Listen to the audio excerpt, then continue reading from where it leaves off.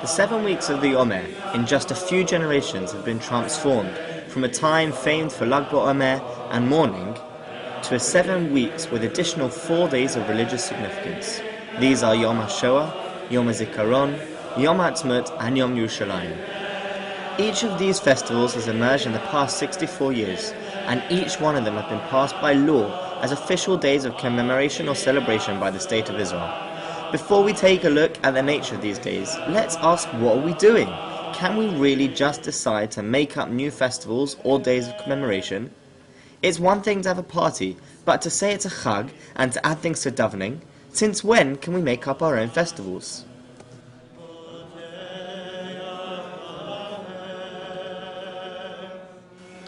Looking back from the present day, the events of 1948 seem distant and unchangeable. But how could things have developed differently? Even the declaration of the state was haphazard. Weeks before, people were not convinced to declare a state, and just days before, the Zionist leaders were still deciding on the name of the new state and the wording for any declaration of independence. Israel's independence was never a foregone conclusion, and the fact that it has lasted is surely something miraculous. Aryeh Hanna, a leading figure in the founding of B'nai Akiva UK, was the last man alive who was at the declaration of the state. He was good friends with the leaders of the time, Golda Meir, Meir Bar-Ilan and David Ben-Gurion. Nathan Jeffrey on Forward.com writes, "On May 13th, 1948, a motorbike courier showed up at the Tel Aviv apartment where Hanna lived and gave him an envelope. When Hanna asked about its contents, the courier told him his lips were sealed. It was a confidential package. Inside the envelope, Hanna found an invitation to the Israeli Declaration of Independence. The invitation remained one of his most prized possessions until he passed away last year. It included a request to keep arrangements secret. The Zionists feared that knowledge of the event might cause the British to stop it from taking place, or give Arab nations, which opposed the formation of the new state, a chance to plan a better or earlier attack. But word got out. When Hanna arrived at the proclamation ceremony, there were already huge crowds surrounding the hall waiting to celebrate. For me," Hanna reminisced, "the day of declaration was the greatest day of my life. None of us had believed we could do it, and we didn't know if it would succeed. But there we were, declaring independence."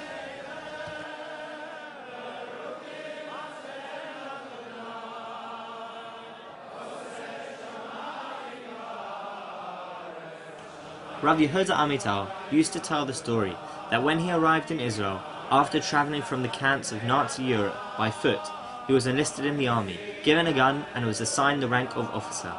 The Holocaust survivor asked why he was being appointed as an officer, to which the man replied that since he knew how to use a gun, he was qualified to be an officer. The establishment of the State of Israel was for the Jewish people not a luxury but a necessity. The Jews of Europe had been decimated by the Nazis, and the neighbours of those Jews living in the land of Israel would have done the same. It was only the establishment of a state which gave the Jewish people as a whole the means to stand up and defend themselves.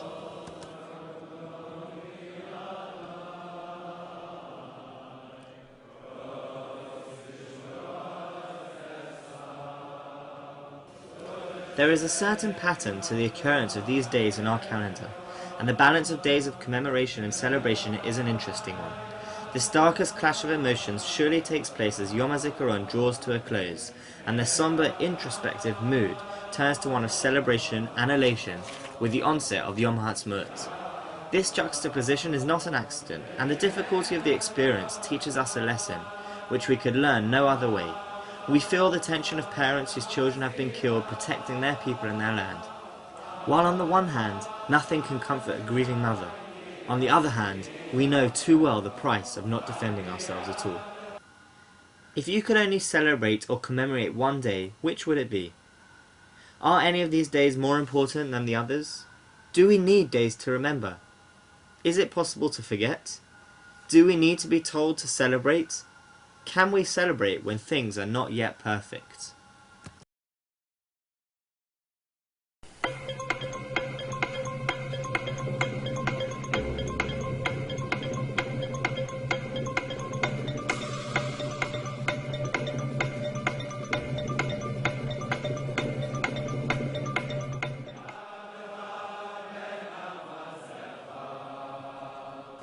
Other great events have happened to Jews over the past 2,000 years.